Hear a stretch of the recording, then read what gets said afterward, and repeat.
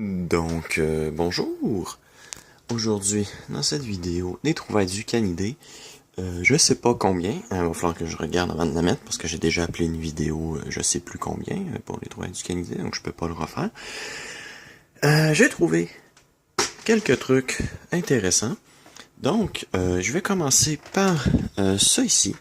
Donc, j'ai trouvé une souris sans fil. Vous allez me dire, oui, ok, c'est pas très intéressant, mais ce qui rend intéressant, c'est que c'est une souris à boule sans fil. Donc voilà, ces souris-là sont déjà beaucoup plus, beaucoup plus, mais sont plus difficiles à trouver.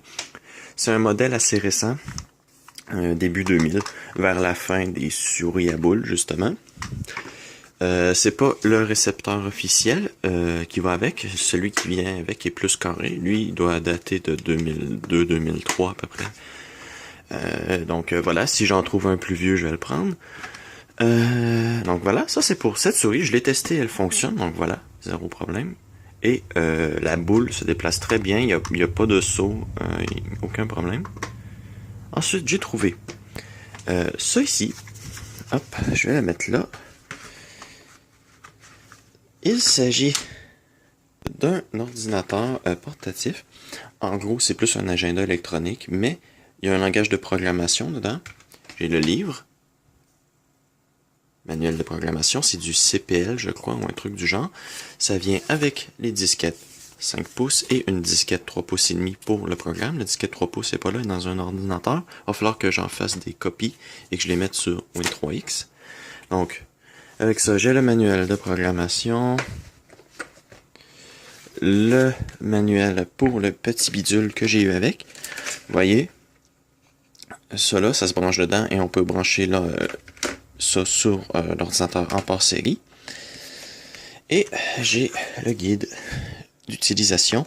Cette machine-là devait coûter assez cher parce que généralement, il n'y a que les trucs qui coûtent généralement cher qui viennent avec une lettre de ce genre-là signée par la personne qui gère la compagnie. Donc, ça devait être un truc assez cher.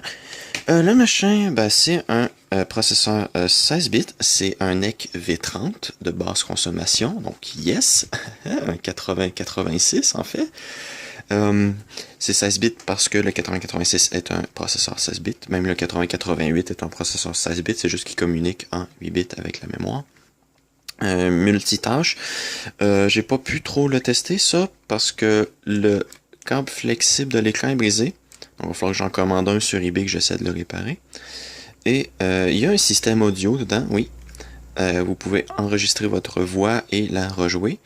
Ça ici, c'est le modèle avec 512 kilo-octets de RAM.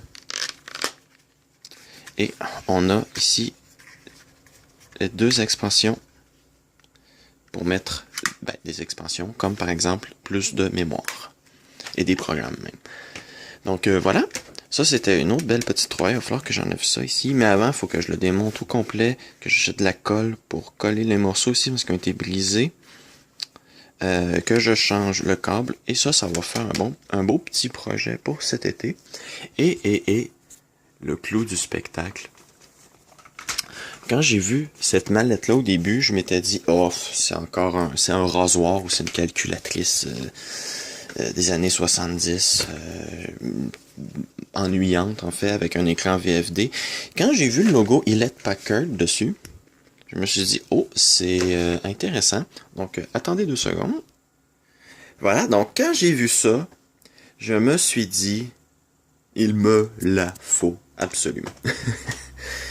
Donc il s'agit d'une Hewlett Packard 97 et j'ai eu avec cette calculatrice là non pas un mais 2 manuel avec les paquets standards, avec les applications. Oui, oui, oui. Vous prenez une de ces bandes magnétiques. Hop, allez. Allez, vous la sortez de là-dedans. Vous voyez, c'est une bande magnétique. Tout ce qu'il y a de plus standard. Voilà, une bande magnétique. Allez, fais le focus. Voilà. Vous la rentrez par le trou ici. Et il y a un lecteur cassette. Allez, Ben, pas un lecteur cassette, un lecteur de bande, hop. Je vais pas trop vous en montrer parce que ben, je vais faire une vidéo là-dessus. Oula, doucement. Doucement, voilà. Il va falloir que je ressoude un des fils du moteur parce qu'il est brisé. On a, allez, une tête de lecture. Voilà, ici. Et le moteur qui sert justement à faire avancer la bande. Le problème, c'est que c'est du caoutchouc. Et le caoutchouc, c'est complètement désagrégé. Ou je crois que c'était du liège qu'il y avait dessus. Donc, voilà. Cette calculatrice va avoir besoin non seulement de caoutchouc, mais aussi, où est-il? Ah, d'un engrenage, parce que vous pouvez voir ici. Oui, non, peut-être. Non. Voilà. Il manque des dents à l'engrenage, donc je vais devoir en commander un. Donc, voilà. Merci d'avoir écouté cette vidéo des 3 du Canidé, et à la prochaine.